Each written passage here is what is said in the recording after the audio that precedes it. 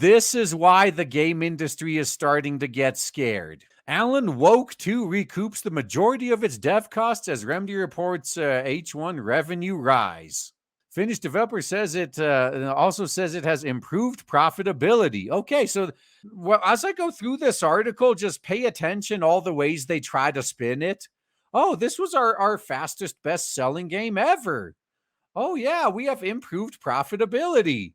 And then when you read between the lines, and so Alan Woke 2 recoups the majority of dev costs. So what does that mean?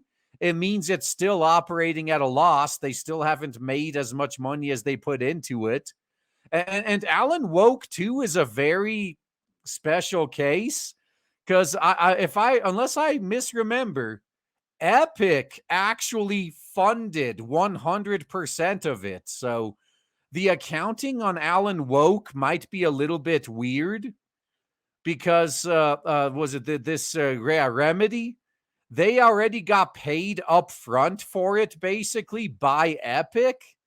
And now the deal is once Epic gets all the money back that it put in, then Remedy will get a 50% cut of like via royalties. That's also why the game's not on Steam, but it is on the Epic Game Store because Epic basically owns it. So I don't know how they account for that, since I guess it's technically not on their financials unless they're telling the investors that they're soon going to start getting royalties. But yeah, the game is still not profitable. And given how old the game is, unless they do a massive sale on a new platform, it's probably not going to be profitable. The Remedy has published its financial results for the first half of current year and reported an increase in revenue and improved profitability compared to the same period last year. It also announced that while Alan Woke 2 has yet to generate royalties, that means it hasn't recouped its cost yet. The game has recouped most of its development and marketing expenses since its release last October. It's been out for almost a year. It's not going to make much more money unless it is via sales or new platforms. And they still had plenty of money to hire Sweet Baby for this game, though. The main source of revenue for was development fees from Max Payne 1 and 2 Remake, which was being developed by Remedy and financed by Rockstar, in addition to royalties from Control and Alan Woke Remaster. CEO Tero Vertala said the cancellation of codename Kestrel in May brought an increased focus on better development synergies, which has resulted in the firm being able to move developers to other game projects. We're just going to ignore the ones that they probably bought out into retiring. But yeah, let's not mention that. Yeah, let's not mention how redundancies are usually dealt with. So during this time, Max Payne 1 2 Remake entered full production stage, while Control 2 and the Control multiplayer spin-off codenamed Condor had progressed through the production readiness stage. In February, Remedy acquired the full rights to the Control franchise from 505 Games for 17 million euros. So the report also included results for 3 months ended June current year -1, which saw the launch of Alan Woke 2's Night Springs expansion. The revenue for that period rose by 16.2% to 10.3 million euros. Operating profit with operating profit at a loss of 3.2 million. Not good. With full control of the IP and publishing rights to Control and Alan Woke, we chose how to bring future games to the market, said Vitala. We have been weighing self-publishing and related business models, as well as discussing partner publishing opportunities. We are preparing to take a more significant role in the growth of two franchises, and especially the way we commercialize, market, and publish our games. All right, so the next Alan Woke is not going to be published by Epic, huh? So Vitala emphasized the growth of its Alan Woke and Control franchise as a key part of Remedy's future, as it had formed new development teams to manage and support its portfolio of games. Okay, so they're still hoping to be profitable in the future, basically. Yeah, Alan Woke 2 did not make its money back yet, and it's been out for almost a year. And we're talking about the game industry where most of their money comes from like the first week. Yeah, it already made most of the money it's going to make. And if it hasn't paid for itself yet, you might have to do some massive sales to kind of make up for that. Sure, maybe if they didn't spend some of that money on Sweet Baby, they would have been profitable by now. But who knows? All I know is that this was pocket change. compared to what happened to Warner Brothers. Warner Brothers Discovery earnings report reveals Suicide Squad Kill the Justice League caused a 41% loss in video game revenue. Yeah, coming off of the highs of Hogwarts Legacy, they just plummeting straight into the lows of Suicide Squad Kill the Justice League. Big oof.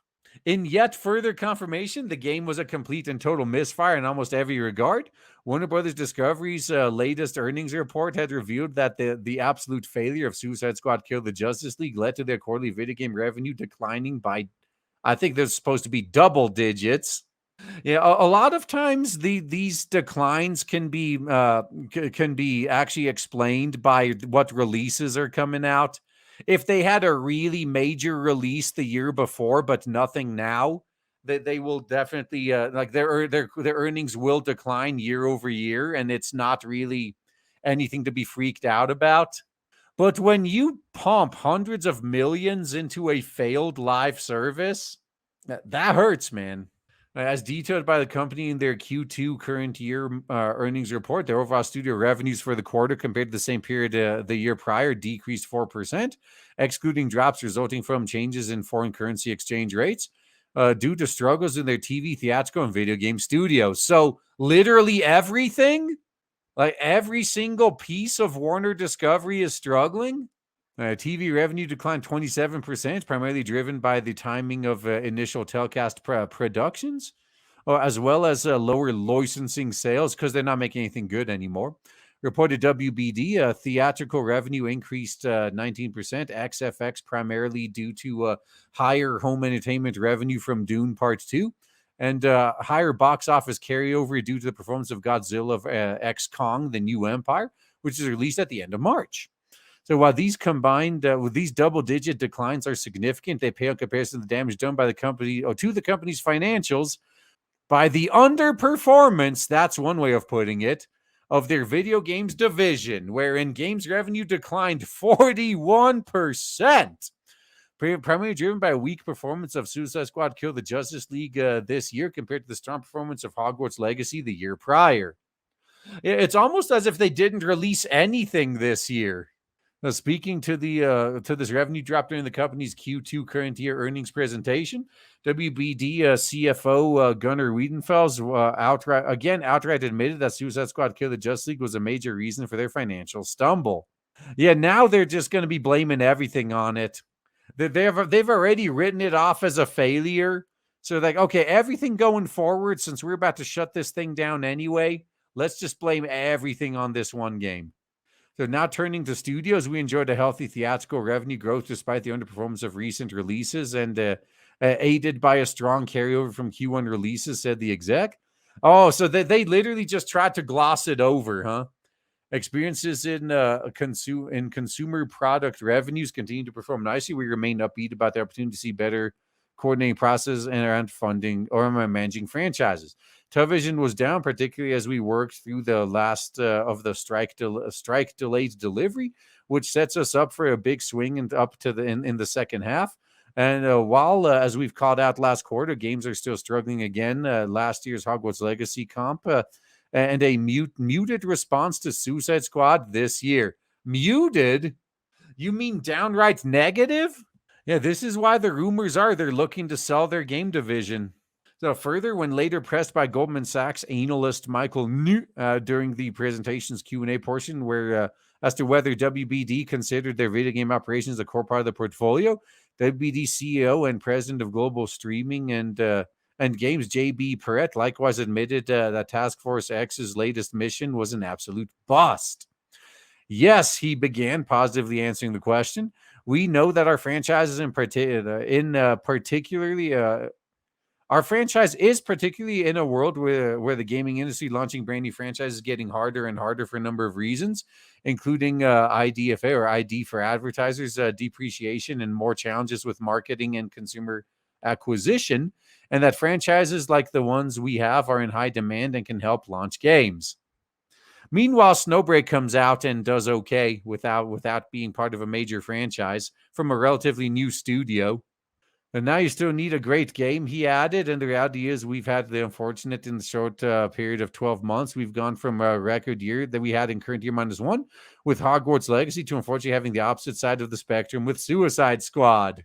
Yes, it's living up to its name. Suicide Squad Kill the Justice League's latest DLC character, Mrs. Freeze, is now available for purchase to all 4 of the game's remaining players. Oh, damn. Bounding into comics, dropping that that hard truth there. Well, if any of the 4 of you want this character, you could you could get it. If that's not enough to get them to keep playing per a tease within the aforementioned DLC pack, they look forward to Deathshot's daughter, Zoe Lawton, joining the team in the near future.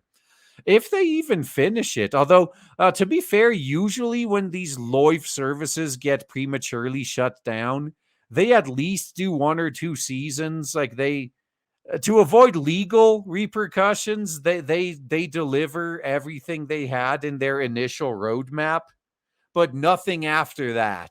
And plus, as we've learned from Babylon's Fall, they also have a habit of promising, like, no, but when their game that they just launched is sitting on Steam with 3 concurrent players and it's a 4-player co-op game, and they're trying to say, no, guys, don't worry, we're committed to this game in the long haul. It's not going anywhere.